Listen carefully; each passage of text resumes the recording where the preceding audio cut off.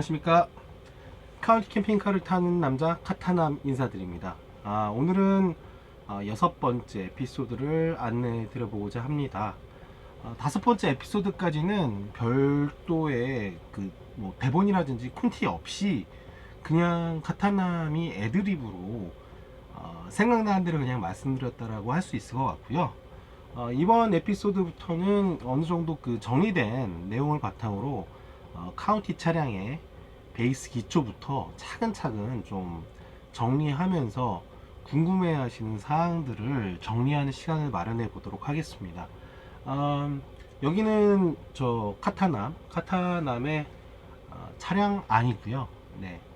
그때도 말씀드렸다시피 제 차는 숏바디 이렇게 간단하게 스튜디오로 꾸밀 수도 있고 침상을 넓게 써서 여러가지 다용도로 활용할 수 있다는 부분 말씀드리겠습니다.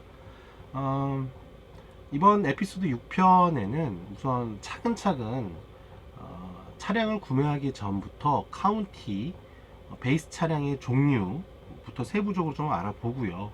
그 다음에 중고차 구매 요령에 대해서 한번 얘기해 보도록 하겠습니다.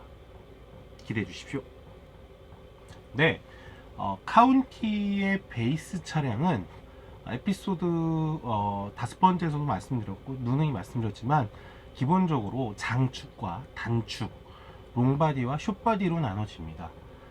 큰 차이는 길이의 차이고요. 길이는 약 70cm 정도 차이가 납니다. 숏바디 단축이 한마디로 이 차량 같은 경우 숏바디가 한 6.3m 정도 되고요. 롱바디 같은 경우가 이제 7m 정도의 재원을 갖고 있습니다. 아주 큰 차이는 아니지만 그때 말씀드린 것처럼 주차시의 주차의 편의성 그리고 주차 라인을 얼마나 넘어가느냐 그 정도의 차이가 있고요.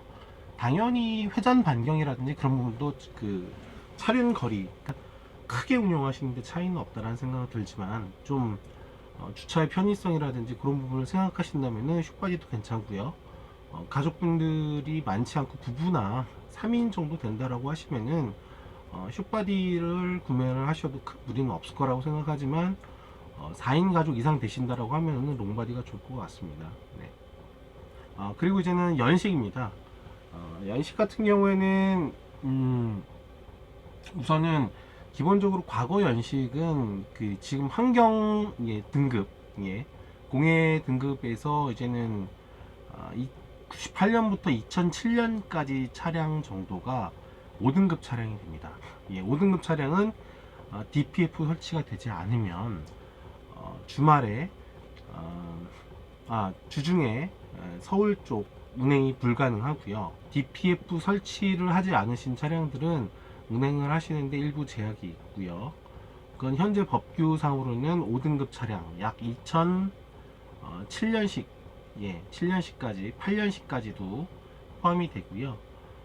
과거에 이제 98년식 정도부터 98년식은 거의 지금 사용을 안 하시겠지만 2004년도식 차량까지는 불안자 방식입니다. 불안자 방식은 연료를 공급하는 그런 기능의 차이로 알고 있는데요. 과거에는 98년 이전에 현대에서 나오는 중형 승합은 카운티가 아니라 콤비라는 승합차로 불렸었죠. 그 이후에 이제는 2005년부터 7년, 8년씩까지는 CRDI, 그러니까 한마디로 전자식으로 연료 분사 노즐을 컨트롤하는 이슈가 달려있는 카운티라는 승합버스가 출시가 되었습니다. 카운티 앞에 헤드램프를 보시면은 2008년식까지는 약간 모양이 틀립니다. 요즘 최근에 나오는 카운티의 모양을 딴 헤드램프는 2009년부터 적용이 되셨다라고 2008년 후년 9년부터 적용되셨다라고 보시면 될 것 같고요. 2008년부터 12년식 사이에는 일부 차량에 있어서는 거꾸로 미션, 제 차 같은 경우도 이튼 미션이라고 합니다. 거꾸로 미션이 적용되어 있는 차량이 있고요. 운영하시는데 전혀 지장은 없고요. 기아 변속의 위치가 약간 틀리다라는 거에는 큰 차이가 없고, 그리고 와브코 브레이크가 적용되어 있는 차들이 있습니다. 와브코 브레이크는 지금도 대형 화물차라든지 그런 쪽에서는 굉장히 잘 듣는 브레이크 시스템이라고 하는데요. 저도 실제 와브코 브레이크를 운행하시는 차주님을 만나 뵌 적이 있는데 관리가 조금 번거로울 뿐이지 실제 제동력은 좋다라고 합니다. 처음에 잘 모르시고 처음에 이게 시동 거실 때도 액트온 넣어주고 약간 와브코 브레이크 소리가 이렇게 돌아가는 소리를 좀 듣고 시동을 걸어 주셔야지 오래 갈 수 있는데 그런 부분들을 모르고 관리를 하시다가 좀 망가지면은 고치는데 비용이 좀 많이 들어가는 그런 경우는 있다라고 했습니다. 그리고 마력 같은 경우에는요, 제 차 같은 경우가 150마력입니다. 제 차가 2009년식인데 아마 2010년식까지는 150마력 그리고 4등급 지금 차량 공해 유발 지수가 4등급 차량이기 때문에 아직까지는 DPF 설치라든지 제한되는 구역이 없습니다. DPF를 달아야 할지는 아직 모릅니다. 왜냐하면 저도 잘 몰랐는데 우리나라에 제일 많은 차가 2009년식 경유차라고 하더라고요. 왜냐하면 2008년식 이전에는 여과 장치가 없기 때문에 별도의 여과 장치가 없기 때문에 DPF를 달았어야 됐고 지금 2009년식 차량 같은 경우에는 별도의 필터가 달려 있습니다. 그렇기 때문에 DPF가 없는 건 아니지만 흔히 말하는 유로6 기준의 요소수가 들어가는 그런 정화 장치는 아니긴 합니다. 그래서 그 중간에 있고 요소수가 들어가는 차량들은 약간 번거로우니까 그래서 2009년식 차량이 가장 중간의 정점에 한마디로 뭐 DPF 말고 여과기도 있고 그리고 요소수를 넣어서 태우는 방식도 아닌 그런 양쪽의 거를 채택을 하고 있어가지고 많이들 운영을 하시기 때문에 2009년식을 곧바로 뭐 어떤 제약의 대상으로 할 수는 없을 것 같다라는 얘기는 하시는데 우선 법규상으로는 뭐 내년부터는 조기 폐차 지원 대상에 들어가는 거지 뭐 DPF를 달아라 뭐 일부 지역에 뭐 진입을 금지한다 그런 거는 없을 것 같습니다. 아직까지는요.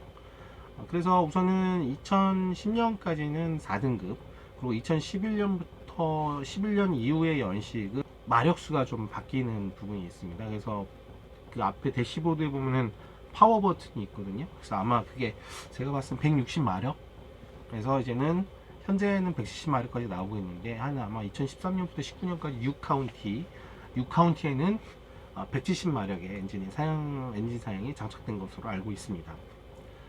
그리고 특이한 점은 2013년식부터는 속도 제한, 과속 제한 장치가 달려 있어 가지고요. 110km 이상 속도가 나지 않습니다. 물론 제 카운티는 130까지도 밟아본 적이 있지만 차가 워낙 무겁고 그때도 말씀드렸지만 달리는 차가 아니기 때문에 그렇게 빠른 주행하는 거를 권장드리지 않습니다. 일반적으로 한 90km, 90km 그 정도 달린다라고 보시면 되시기 때문에 13년식 이후에 속도 제한 장치가 달려 있다고 하등의 문제가 되시가 없다고 봅니다.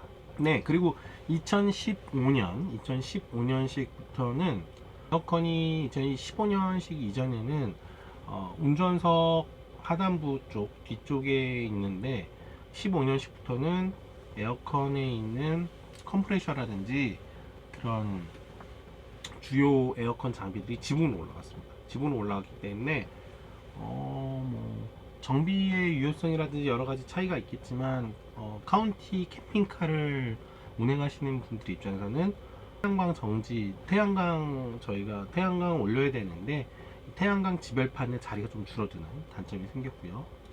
뭐 아까 말씀드린 것처럼 이제는 유로6 기준으로 되면서 요소수가 들어간다라는 부분 최소한 2011년식 이상으로 돼야 될 것 같고요. 그리고 2013년식부터는 독립 현가 장치가 부착이 되어 있습니다. 독립 현가 장치가 뭐냐면은 결론적으로는 지금 카운티는 베이스 자체가 마이티 베이스, 한마디로 화물차 베이스이기 때문에 그렇게 서스펜션이 뭐 부드럽지 않습니다. 일반 45인승 버스들처럼 부들부들한 에어가 들어가는 그런 서스펜션이 아니고 한스프링이 들어가 있고 앞에도 뭐 일반적인 쇼버가 들어가 있는데 독립형화 장치가 들어가 있으면은 기본적으로 조금 요즘에 카운티 유저분들이 그 에어 쇼바 같은 개조들을 많이 하시는데 그런 쇼바를 할 필요가 없이 이미 그런 독립적인 현가 장치들이 들어가 있어서 차량을 운행하실 때 훨씬 스트레스라든지 승차감이 개선된 부분으로 운행을 하실 수가 있기 때문에 13년 이후부터는 그런 장점들이 있다. 하지만 차값이 좀 비싸다, 그렇게 알아주시면 될 것 같습니다. 그럼 두 번째로는 중고 베이스 차량을 구매 시 중점적으로 확인해야 할 부분에 대해서 얘기를 나눠보도록 하겠습니다. 첫 번째로는 부식이 있습니다. 부식이 가장 현대차 카운티의 고질병이라고 할 수 있습니다.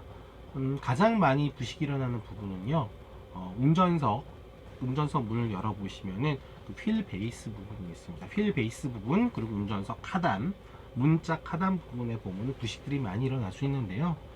그 부분은 조금 유심히 보셔야 될 것 같고, 물론 차량 상태가 좋다라고 하면 그 부식이 큰 문제가 될 수는 없겠지만 갈아내면 됩니다. 갈아내거나 빠대칠을 하고 다시 뭐 도색을 해도 제가 봤을 때 1년 정도 있으면 다시 부식이 올라오기 시작해요. 네, 그래서 그 휠 베이스 부분을 절단을 하고 잘라서 붙이시는 경우도 있습니다. 뭐 공업사 가면은 충분히 가능한 작업이긴 한데, 그래도 좀 부식이 적은 차를 사시면 좋을 것 같고요. 중문, 사람들이 출입하는 중문 하단 쪽도 부식이 좀 심한 경우가 많고, 차량 뒷차량 바퀴 위에 있는 휠 베이스, 휠 커버, 그쪽도 부식이 많습니다. 그래서 안쪽을 한번, 뒷바퀴 안쪽 그 휠축을 보시면 위쪽에 부식이 많이 되어 있는 경우, 그런 경우도 있기 때문에 잘 봐주셔야 될 것 같고요.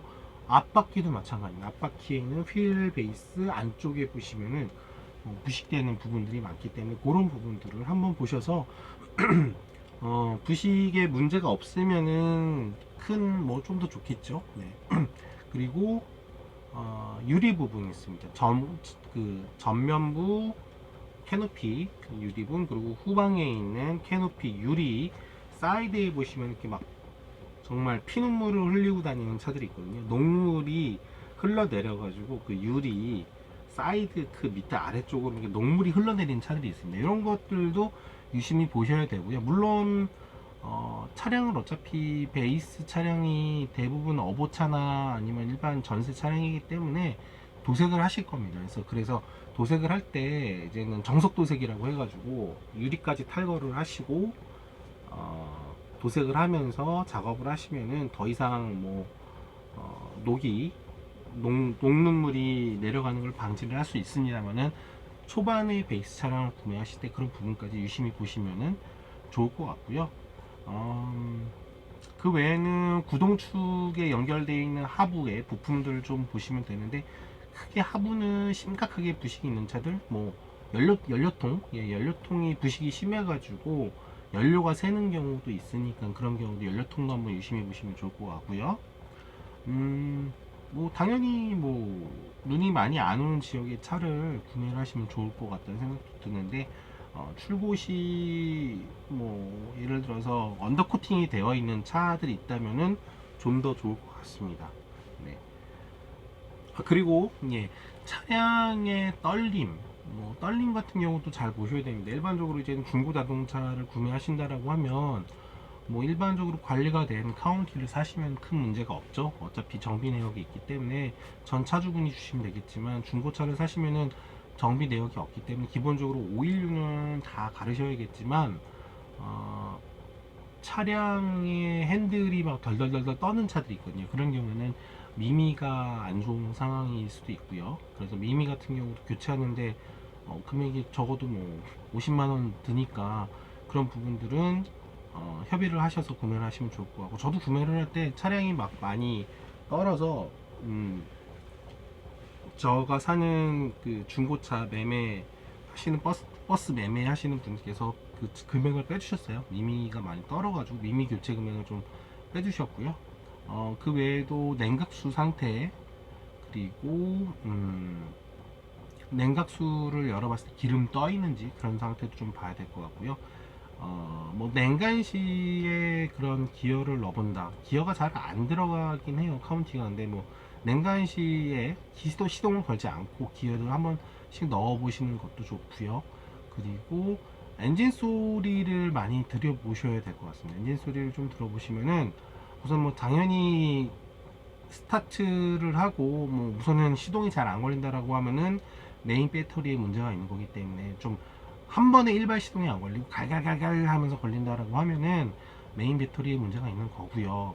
시동이 걸리더라도 뭐 이제는 짹짹 소리가 난다거나 뭐 그러면은 당연히 벨트류가 어느 정도 교체될 시기가 된 거기 때문에 그런 잡소음에 대해서 많이 좀 들여보셔야 될 것 같다는 생각이 듭니다. 에어컨 같은 경우 저는 이제는 하계에 샀기 때문에 에어컨을 틀어봤는데, 카운티 에어컨은 뭐 에피소드 5번에서도 말씀드렸지만, 기존에도 말씀드렸지만, 에어컨 자체가 앞에 전면부에서 나오는 게 아니라 머리 쪽에서 있는 위쪽에 있는 토출구에서 나옵니다. 근데 에어컨이 굉장히 세거든요, 카운티가.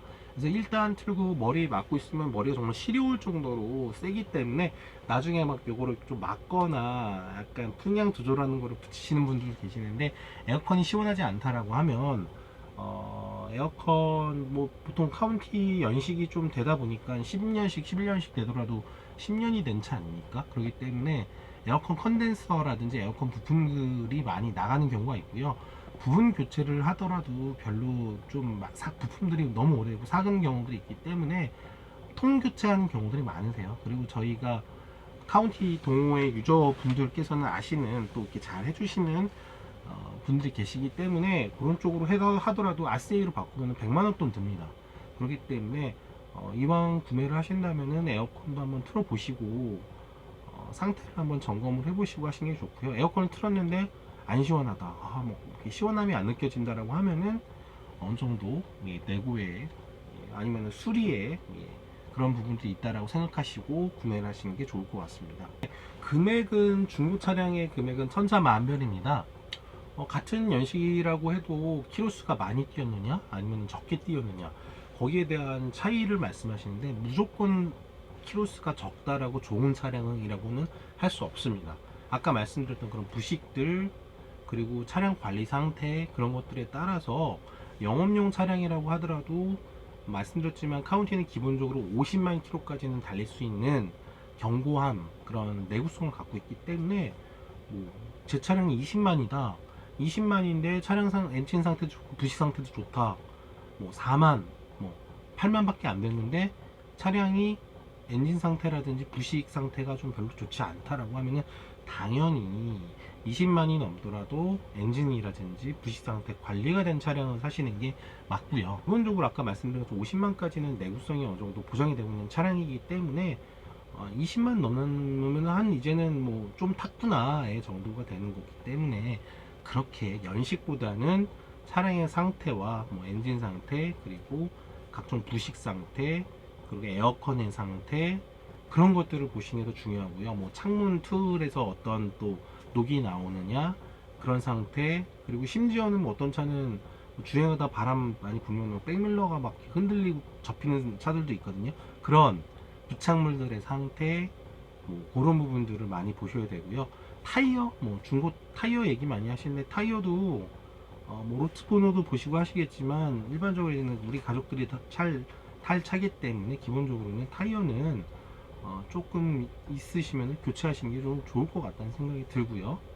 그리고 도색, 색깔은 일반적으로는 어린이 보호용 차량이 제일 많기 때문에 노란색 차량이 제일 많겠죠. 근데 노란색 차량이나 아니면 영업용 차량이 있으시면 나중에 보통 한번 올 도색을 하시기 때문에 그런 부분들을 감안을 하시고, 일부 뭐 스크래치라든지 뭐 약간 흠집이 난 부분이라든지 이런 건 덴트로 할 수 있기 때문에 그런 부분 감안하시고 구매하시면 될 것 같고요. 차량 색깔은 뭐 개인의 취향입니다. 그래서 도색을 하실 때는 개인의 취향에 맞게 도색을 하시면 될 것 같습니다. 차량을 구매했으면은 그러면 어떤 뭐 관리를 해줘야 되냐라고 생각할 수 있는데요. 기본적으로는 뭐 엔진 오일, 미션 오일, 대우 오일, 브레이크 오일 다 점검하셔야 되시고요. 연료 필터도 교환하셔야 됩니다. 제 차량도 얼마 전에 주행 중에 그 주황색 엔진 체크등이 전멸이 됐었는데요. 적색 등이 들어오면 곧바로 차를 세우고 최대한 빨리 안전한 장소에서 차량 점검하시는 게 맞고, 이게 주황색 전멸이 온다라고 하는 뭔가 이제 차량이 이상 신호를 감지해 주시는 건데, 연료 필터가 스캐너로 찍어보니까 연료 필터가 막혔다라고 나오더라고요. 그래서 제 차도 처음에 출고할 때 한 거의 2년 됐는데 연료 필터를 교체를 하고 교체를 안 했죠. 왜냐하면은 제 차는 운행을 많이 하는 뭐 영업용이나 화물용 차량이 아니기 때문에 기껏해야 한 만두 뛰었을까? 그 정도밖에 안 돼서 교체를 안 했는데요. 뭐 아니나 다를까 2년 지나니까 막히더라고요. 그래서 센터 가서 스캔 찍고 연료 필터 점검을 해서 교체를 했습니다. 네, 교체를 했고요. 뭐 연료 필터도 요즘 나오는 차는 1차, 2차 측이 있을 텐데 제 차는 요 하단부에 1차 측 하나밖에 없어서 교체하는데 비용은 그렇게 많이 들지 않습니다. 그래서 이런 거는 연료 필터 같은 경우는 제가 생각하기에도 한 그래도 1년에 한 번 정도는 갈아줘야 하지 않을까. 겨울 동절기에 막히는 경우들이 많고 차가 서거나 길에서 쓰면 곤란하기 때문에 그런 연료 필터들은 잘 교체해 줘야 될 것 같고요. 당연히 엔진 오일도 뭐 저 같은 경우에는요, 보통 뭐 키로수로 하시는 분도 있는데 저는 1년에 한 번 갑니다. 1년에 한 번 교체를 하고 있고요. 더 많은 이야기들이 더 준비할 수 있도록 하고요. 지금은 새벽입니다. 새벽 지금 뭐 주말 이용해서 집 근처에 있는 캠핑장에 와 있고요. 캠핑장 제가 캠핑장 잘 안 가는데 너무 동계에는 좀 춥고 제가 청수를 동계에는 차에 넣어놓지 않습니다. 다 퇴수 작업을 하기 때문에 집 가까운데 저렴한 캠핑장이 있길래 한번 와봐서 이렇게 말씀을 드리고 있고요. 예, 그럼 여러분 에피소드 7번째 에피소드에서 뵙도록 하겠습니다. 감사합니다. 궁금하신 사항 있으시면은 댓글로 남겨주시고요. 제가 뭐 항상 댓글을 보진 않지만 주신 의견들 받아서 또 다음 7번째 에피소드 촬영을 할 때는 반영을 해서 궁금증에 대해서 같이 좀 얘기를 해볼 수 있는 그런 기회를 만들어 보도록 하겠습니다. 네, 시청해주셔서 감사합니다.